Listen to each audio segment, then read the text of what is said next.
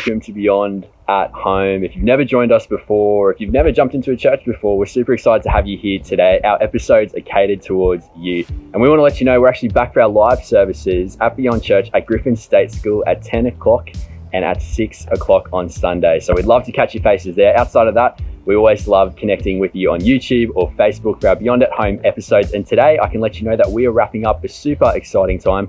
We're wrapping up part 3 of our Be Rich series, or more so, our Be Rich campaign, where over the last couple of Sundays, we've been looking at how we can be generous and serve and love our local community in a most practical way. This is normally a local campaign for us. This year, we are part of a global campaign, a global movement made up of 113,000 people, and we'd love to invite you along to be part of it as we are a part of this wave of generosity within our local community. So today, jumping into part 3, Chris is going to walk us through what this final episode of Be Rich looks like. We're so excited to have you engaging and clicking in today. I'll hand you over to Chris now. Hey, welcome to Beyond at Home. In this episode, we are wrapping up our Be Rich campaign, and we're going to be talking about a word. And this is a word that if you don't follow Jesus, or maybe you used to follow Jesus, but you walked away from church, this is a word that Jesus followers misuse and abuse. This episode, we're going to look at why that's the case. And if you're a Jesus follower, I'm going to give you a question to ask that will make sure that you never misuse or abuse this word ever again. So let's go. I forgot something, didn't I? Yep, you did. You most certainly did, Chris.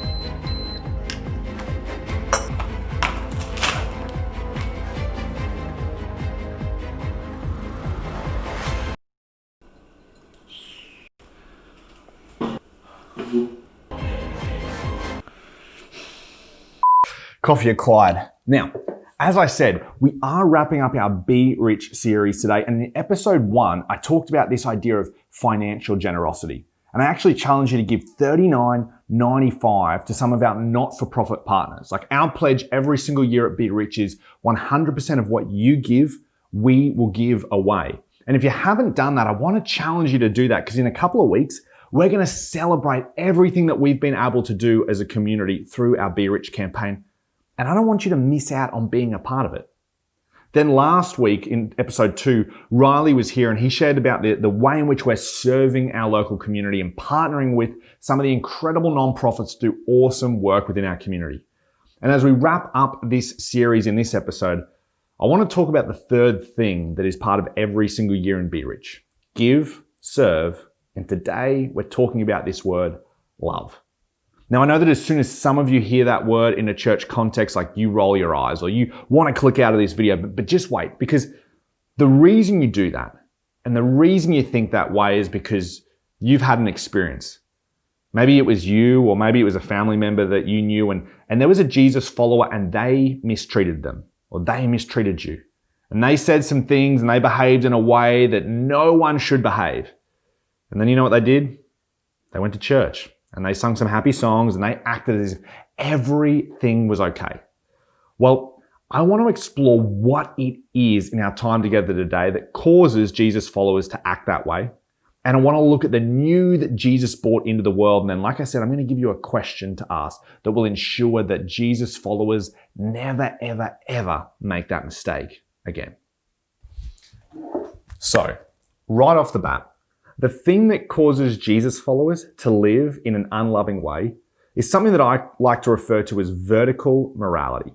And vertical morality is a relationship with God that is gauged by the obedience to the laws of God. Really what vertical morality says is that, hey, God has some laws that he wants me to keep. And as long as I keep those laws, then God and I are sweet. Now, just to clarify, this does not mean like how you get into heaven. See, Jesus followers believe that Jesus' death and resurrection on the cross is what pave our way to heaven.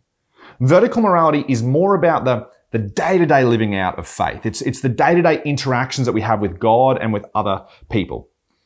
And if you're kind of new to faith, maybe you kind of just observed Jesus followers growing up, or maybe you went to a Christian school, you would have seen vertical morality at play if you looked in on the lives of Jesus followers. And in your mind, what you began to think of following Jesus was about, you began to think that it was keeping certain rules, doing certain things, and not doing certain other things. Keeping certain rules, there are some rules that, hey, I've got to keep, Doing certain things, there are some practices or behaviors that I have to do. And then there are some things that I should just really stay away from. And if you grew up in a church where vertical morality was present or you began to live that way, there are some questions that you would have started to ask. It would have been questions like, is there anything wrong with fill in the blank? Will God be upset if I fill in the blank?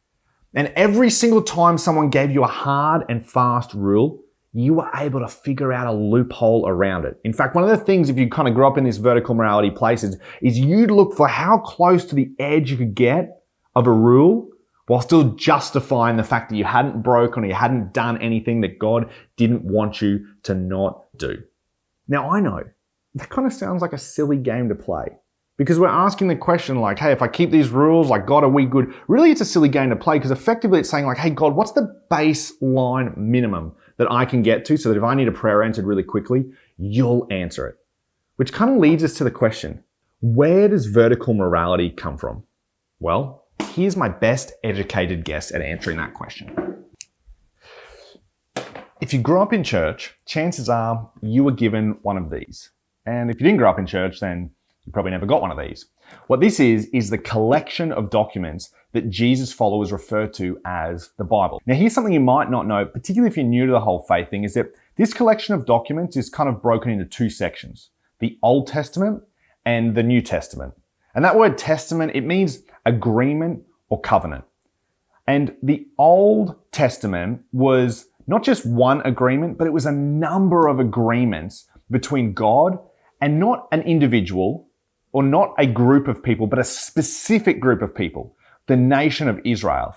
And even if you have no idea about the Bible, chances are you know one of these old agreements and you've heard about it before. It's called the 10 Commandments.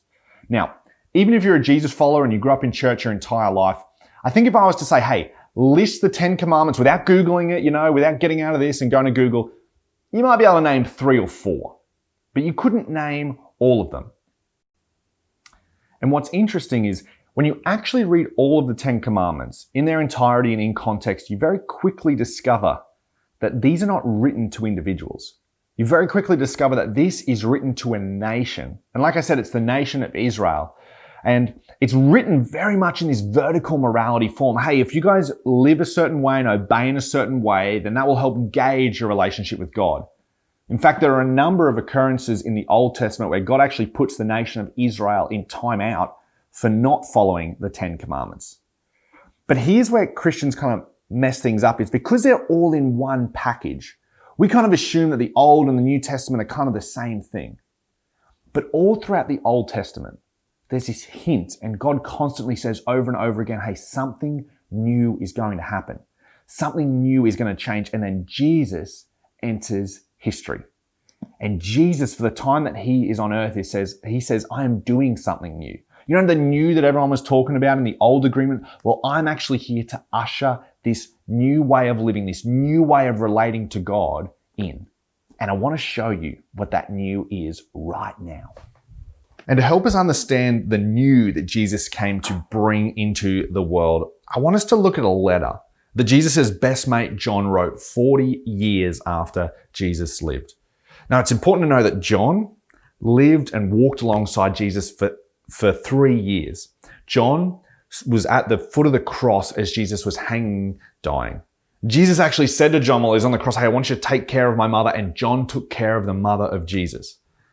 And then 3 days after, John saw his best friend die. John was there to put his head inside an empty tomb. And then a few days after that, John had breakfast on the beach with Jesus. And John had observed, because he was a leader in the church, he had observed for 40 years this challenge of the new that Jesus introduced to the world. He had seen this vertical morality try to creep its way back into the lives of Jesus' followers. And so John wrote this letter for the early church, but I think it's just as applicable to you and me to help us wrestle with this idea of vertical morality. Here's what he wrote. He wrote, my dear children, and John's old at this point, so this is like your grandma calling you a sweetie, right? He's like, my dear children, I write this to you so that you will not sin. But if anybody does sin, we have an advocate with the Father, or an advocate with God. Someone who's going to stand up and argue your case. And he says, and that person is Jesus Christ. And he calls Jesus something. He says he's the righteous one. Now, I know that kind of sounds, you're like, oh, that's so Bible-y. That's such a Bible word. But John is saying this because Jesus is arguing in our defense, not because we live up to a list of rules, but because John walked and lived alongside Jesus. And John saw that the message of Jesus was about what he had done for us. That Jesus' death on the cross, because of his perfect life, is actually the reason that Jesus argues in our defense. And then he continues, he says, he, again referring to Jesus, is the atoning sacrifice for our sins. Now, people reading this letter would have thought like that following laws make themselves right with God, but John's reminding them, no, it's Jesus that makes you right with God. And then he goes on, he says, here's something you need to know. That Jesus is the atoning sacrifice not only for our sins, in other words, not just for church people, but also for the sins of the whole world. In other words, John is saying Jesus came to bring something new because it's not an invitation to a specific nation or to a specific group of people, but this is an invitation to every single individual. Every single person who has breath in their lungs and a heartbeat, this invitation, this life of Jesus invites them into. Now, what John writes next is important because after he's laid that groundwork, he's like, so here's what's important. As you live your life, here's how you know if you and God are good. He says that we know that we have come to know him, that's God or Jesus, if we keep his commandments, right? Remember, not the 10 commandments, Jesus' commandments. And then he says this, whoever says, I know him, in other words, God and I are good, but does not keep his commands is a liar, and the truth is not in that person. So whoever walks around and says, hey, God and I are good, but they mistreat someone else, John would say, you're a liar, and you've got it all wrong. And you might be wondering yourself, well, okay, if I've got to keep what Jesus commanded, and that means that I'm living and, I'm not a liar. What did Jesus command? Well, John's getting to that. He doesn't quite get there in what he says next, but he says this. He says, if anyone obeys his word, love for God has truly made complete in that person. Now, this is a big, big, big statement. Because what he's saying is if you obey the commands of Jesus, that's how you know that you have love for God. And he goes on, this is how we know we are in him. And we're like, finally, John, you're getting to the point of this whole thing. He says, whoever claims to live as him must live as Jesus did. And you might wonder, like, well, live as Jesus did, like, what does that mean? Does it mean I have to go buy some Birks? Does it mean I have to like grow a beard out, grow my hair long? Like, what does it mean to live as Jesus lived? And John would say, well, it's actually so much simpler than even buying Birks. He says, dear friends, I am not writing you a new command, right? This is not something that you're going to be like, wow, I've never heard that before. He's like, but an old one you have heard since the beginning, not the beginning of time. Remember, this is about Jesus, the beginning of Jesus' teaching. He says this old command is a message you heard. He's talking specifically to the church in this room, people who grew up on this stuff. He goes, it's old. You've heard this before. And then he writes something poetic before he gets really practical. He says this, I am writing you a new command. Its truth is seen in him and in you. He's saying before Jesus, people couldn't see God. They were like, yeah, God is spirit, God is out there, God is eternal, but no one could see God. But when Jesus stepped into history, Jesus gave us some handles for which we could view God, for which we could know God, for which we could understand God. And Jesus would say, hey, when I saw Jesus, this new command he gave was far less about believing and far more about doing. It was far less about behaving and far more about a way of living. In fact, Jesus took the guesswork out of how we know if we're good with God. And John writes something next that might sound really confusing at first, but I promise you it's not. He says this, he says, I'm writing a new command. Again, this is for church people, like it might sound new, but it's not really new. Its truth is seen in him and in you because the darkness is passing and the true light is already shining. And what John means by this is he's saying, hey, I'm an old guy at this point. It's 40 years since my best friend was crucified. And for 40 years, I've seen people wrestle with this new way of relating to people. But it's been long enough that I've begun to see that this vertical morality way is passing away. And what is on the other side is actually something incredibly awesome. What it's like when I see it is almost like the sun rising on a brand new day. And then he finally gets to his main point. He says, anyone who claims to be in the light. In other words, anyone who claims to be on the same page as God, but hates a brother or sister is still in darkness. Now, if I was to say, hey, let me know who you hate, very few of you will be like, hey, I really hate that person. I really hate this group of people, right? Because it's not really a thing that we have within our culture to be okay with hating people. You don't really earn a lot of respect in our culture by hating people. But if we were to have a conversation one-on-one, maybe we were to get a coffee or we were to have a beer and we were to talk about this, and I was to say, hey, is there a group of people that you really dismiss? Is there a group of people that you really dislike? Maybe, and you would say, well, yeah, of course I do because they're racist. Of course I do because they're hypocrites. Of course I do because they're just so ignorant, Chris. Then you wouldn't say you hate them, but if there was a button that you could press, and that would mean that you didn't have to deal with them ever again, you would hit that button. So what I want to do is I want to reframe what John said for our culture. And John, I think if he was living today, speaking down this camera lens to you, what he would say is, but anyone who claims to live in the light and dismisses, rejects, considers unimportant, pushes to the periphery, or mistreats someone else is still in darkness. Now, Jesus followers, let me elaborate on this a little bit more. What he's saying is anyone who prays, who reads their Bible, who goes to church, who's connected in a group, but dismisses, rejects, sees people as unimportant, pushes them to periphery or mistreats someone is not good with God. Now, you might be getting really frustrated. You might be tempted to click out of this video because you're thinking to yourself, if you're a Jesus follower, yeah, but Chris, you don't understand. I prayed a prayer one time, so God and I are good. And John would say, yeah, well, in the long run, you're good, but for right now, you're living in darkness because Jesus came to bring something new. Jesus didn't come to bring vertical morality. Jesus came to introduce something that I would call horizontal morality. And that is that our relationship with God is measured by our relationship with others. And the reason that Jesus introduces horizontal morality into the world is really simple because after Jesus, every single person is someone that Jesus died for. If every single person in the world is worth Jesus giving up his life, then there's no way that we can think that we would be okay with God if we're not okay with someone that Jesus was willing to die for.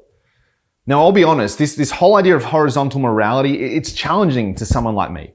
I'm a firstborn, so I like rules. I like to follow the rules. I like to follow the rules and show other people how good I am at following the rules, and then make up loopholes that kind of give me a little bit of space while I judge other people for not following the rules, right? That's kind of how I'm wired. Rules make sense to me. And here's the thing I began to discover the more and more I've followed Jesus, the more and more I've understood this idea of horizontal morality. That love is far less complicated than law or rules, but it is far more demanding. And to prove to you just how much more demanding it is than law, I want to give you a question to ask. It's a question that I've been asking myself for a long time. It's a question that we actually as a church ask, and we revisit it every now and then because we always need to be reminded to ask this question. And so the question I want you to begin to ask or remember to ask is simply this: what does love require of me? What does love require of me in my marriage? What does love require of me in my workplace, in my school, with my friends? And I want you to apply that question this week. And the easiest way to apply that is to engage with something that we call our Full Monday. The Full Monday is simply the easiest way to engage with all this content that we've been talking about for the last couple of minutes. And this week's Full Monday is to do something thoughtful for someone who will be surprised that you thought of them. Do something thoughtful for someone who will be surprised that you thought of them. And if you're thinking to yourself, like, what would that look like? then just head to our website, beyondchurch.com.au, and click on the Be Rich tab. Go down to Love. We have a whole bunch of ideas. Parents, we're going to be coming out on our social media during this week, and we're going to have ideas for your children and for your high schoolers for how they can apply this idea and how they can do something thoughtful for someone who will be surprised that they thought of them. Now, as we wrap up Be Rich for 2020, I want to talk specifically to those of you who are watching this that you would say, yeah, I'm a Jesus follower. Here's something I want to share with you from my own experience. Because horizontal morality has been difficult for me to apply. I'm much more tendent to lean towards vertical morality. But here's what I do know if you begin to ask that question, is that for me, honestly, I'm not always sure what to believe. I'm not always sure what to believe about certain topics or certain issues. There are some things when it comes to faith that I'm not sure what to believe around those things. But here's something I also know to be true. I am almost always sure of what love requires of me. It's often far less complicated, but far more demanding. And it's central to who we are as a local church because it's central to who Jesus was. So this week, do what love requires of you and watch how it changes everything. Thanks so much for joining us for today's episode of Beyond at Home. Hey, we want to let you know, if you want to be part of the Be Rich movement this year and be part of that wave of generosity within our local community and be part of a global movement made up of 113,000 people, then we'd love for you to take the next step through our website. Our website link is in the comment section below, so you can't miss it, www.beyondchurch.com.au. Everything you'll need to know will be found in the Be Rich tab on our website. At the same time, maybe you would just like to connect into the community or have some questions, would like to take some other next steps, we'd love to invite you to connect by either sending us a private message on social media, or you can simply type connect into the comment section below and one of our Beyond team members will follow up with you. We want to let you know as well that next week we're jumping into a brand new series here at Beyond at Home called Home. We'd be so excited to invite you along for that, and we'll let you know again, our live services are back at Griffin, 10 on Sundays, 6 p.m. on Sundays at Griffin State School, Beyond Church. We're back. We'd be super excited to see your face there if you're within the area.